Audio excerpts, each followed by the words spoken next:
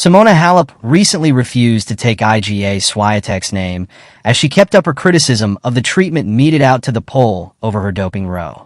Furthermore, Halep also compared her own harsh experience after testing positive for a prohibited substance with the experiences of Swiatek and Jannik Sinner. The Romanian herself was given a 4-year suspension in the aftermath of testing positive for roxadustat at the 2022 U.S. Open.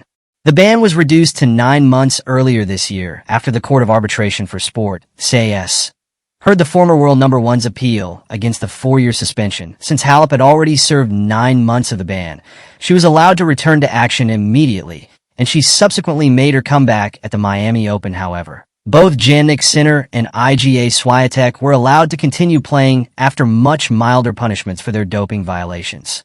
While Sinner himself is still awaiting a CAS hearing into the World Anti-Doping Agency's appeal against his case, Swiatek accepted a 1-month ban, which has already ended and was inclusive of her provisional suspension recently. Simona Halep told The Telegraph that she finds Sinner and Swiatek's respective cases strange because of the way they were kept confidential and only revealed after their resolutions.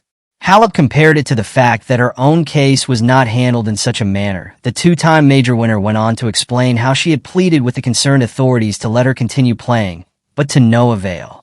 She also compared this, without naming Sinner and Swiatek, to the Italian and Pole being allowed to compete even when the investigations into their doping violations were ongoing. Halep also stated her difficulty in understanding how Swiatek served a 3-week ban initially, returned to play the WTA Finals and Billie Jean King Cup Finals, and then served another brief period of suspension. The Romanian had previously taken to Instagram to vent her frustrations at the handling of Swiatek's doping row. Why is there such a big difference in treatment and judgment?